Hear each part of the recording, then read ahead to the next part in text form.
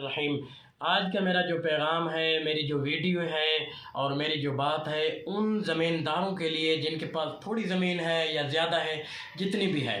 بہرحال آج کل زمینداروں پر بھی مجھے پتہ ہے مشکلات ہے اور ایوریج پوری نہیں ہو رہی، نقصانات زیادہ ہیں، گندم کی آج کل کٹائی ہے۔ ابھی جو میں آپ سے بات کرنا چاہ رہا ہوں وہ یہ ہے کہ آپ کی زمینوں پہ جو کام کرنے والے مزدور ہیں وہ بڑی دل لگی کے ساتھ، دل جوئی کے ساتھ دن رات کام کر رہے ہیں۔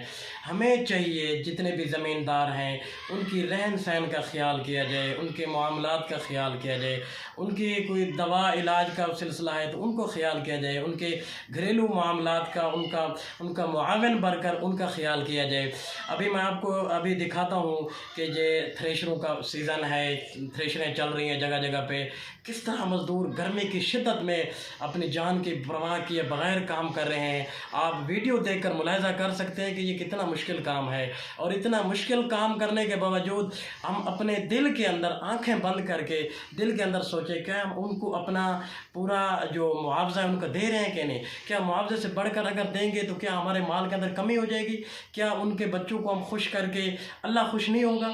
کیا وہ لوگ جنہوں نے اپنی جان کی پرواہ کیے بغیر گندم کی کٹائی کر رہے ہیں، تھریشر پہ کام کر رہے ہیں، اور تھریشر سے جو نکلنے والا مال ہے جس کو بھوسا کہا جاتا ہے اس پہ جو کام کر رہے ہیں، کتنی مشقت والا کام کر رہے ہیں گرمی کے اندر، کیا ہم ان کا خیال کیا ہے؟ یہ ہمیں سوچنا چاہیے۔ اب آپ دیکھیں ویڈیو کے اندر کتنی مشقت کے ساتھ کام کر رہے ہیں۔ جس کی بھی جتنی بھی زمین ہے دل بڑا کر کے آپ ان کا تعاون کریں، ان کی ہر خوشی غمی کے ساتھ ان کے ساتھ بیٹھیں، ان کو محسوس نہ ہو کہ میرا اپنا ہے پرایا ہے۔ آپ ان کے ساتھ کام کریں دل لگی کے ساتھ، پھر وہ انشاءاللہ اللہ بھی راضی ہوگا۔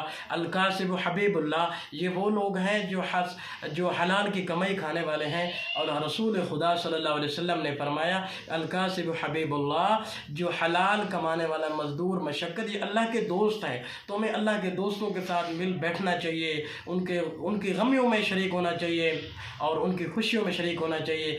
زیادہ سے زیادہ کوشش کریں، یہی سیزن کا وقت ہے، ان کو نوازیں۔